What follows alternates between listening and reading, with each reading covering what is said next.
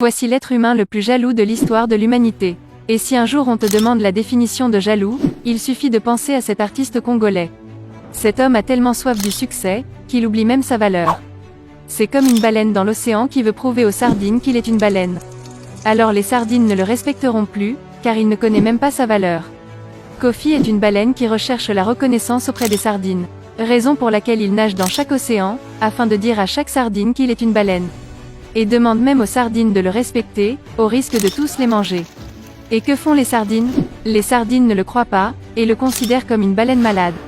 Car les vraies baleines comme Alpha Blondy, Salif Keita ou encore Youssou N'Dour, sont tranquilles au fond de l'océan et n'ont pas besoin de prouver qui ils sont. Aujourd'hui Kofi recherche l'actualité en essayant toutes les stratégies. Sa première stratégie est de porter tout ce que Fally porte de luxe. Et même lorsque c'est très cher il est obligé d'appliquer la méthode matoliste, afin d'avoir la même marque que Fally. Tout ça pour que les gens le comparent à Fally. Mais il oublie que Fally a ses contrats avec les grandes maisons d'habillement, comme Balmain ou encore Jean-Paul Gaultier. Ce qui veut dire que Fally a parfois un stock de vêtements de luxe à sa disposition pendant ses concerts, et aussi profiter de faire la publicité de ses marques, comme le font les joueurs de foot. Car Fally est une grande célébrité reconnue aussi pour son amour des vêtements de luxe. Dans les commentaires, j'aimerais que vous donniez un conseil à Kofi. Voici le mien. Kofi, Tika, Kolanda Fally, tu risques de te ruiner pour rien. Si tu imites le style vestimentaire de Fally, imite aussi son parking. Tokoyoka Moto Akufi. Ce vieux utilise aussi la méthode d'envoyer les youtubeurs pour attaquer Fally et ses fans. Afin de leur faire comprendre que lui c'est une baleine vivante, et qu'il est plus que Fally. Ce qui me fait rire jusqu'à aujourd'hui, est de savoir que Fally n'a jamais dit qu'il est plus que ses vieux. Mais ces vieux sont toujours les premiers à se victimiser. Ces vieux reconnaissent que Fally a fait plusieurs choses qu'ils n'ont jamais réalisées, raison pour laquelle ils font tout ça. Par exemple la longévité de la carrière de Fally choque plusieurs.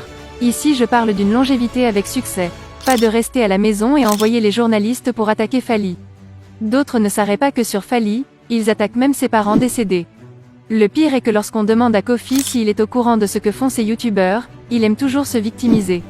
Il utilise aussi la technique de s'approcher à des artistes qui ont un petit succès pendant une certaine période, afin de vouloir faire du mal à Fally, ou encore vouloir tisser une relation pour son profit, afin d'avoir des tuyaux pour des collaborations. Par exemple, il a fait de Inosby son bras droit, pendant qu'il avait un petit succès grâce à son feat avec Diamond. Il a fini de sucer le petit, jusqu'à ce qu'il a eu un feat avec Diamond et Tiwa Savage. Aujourd'hui le petit n'a plus de succès. Il ne le calcule plus, et ne parle plus de lui comme avant. Ce qui m'avait déçu dans l'histoire c'est le degré de l'hypocrisie de cet homme. Cet homme est tellement hypocrite que s'il était un serpent, les humains ne devaient plus jamais avoir peur des serpents. Malgré ça il ne change jamais. Aujourd'hui à cause de lui, Fally a des problèmes avec plusieurs vieux sans se rendre compte. Il crée ses problèmes, et les gens pensent que Fally est aussi dans ses bêtises. Aujourd'hui il fait tout pour jouer un concert dans l'une des plus grandes salles de spectacle de France, afin de prouver qu'il est une baleine vivante. Mais les gens savent que tu es une baleine, alors ne force pas. Une pierre précieuse a de la valeur auprès d'un bijoutier.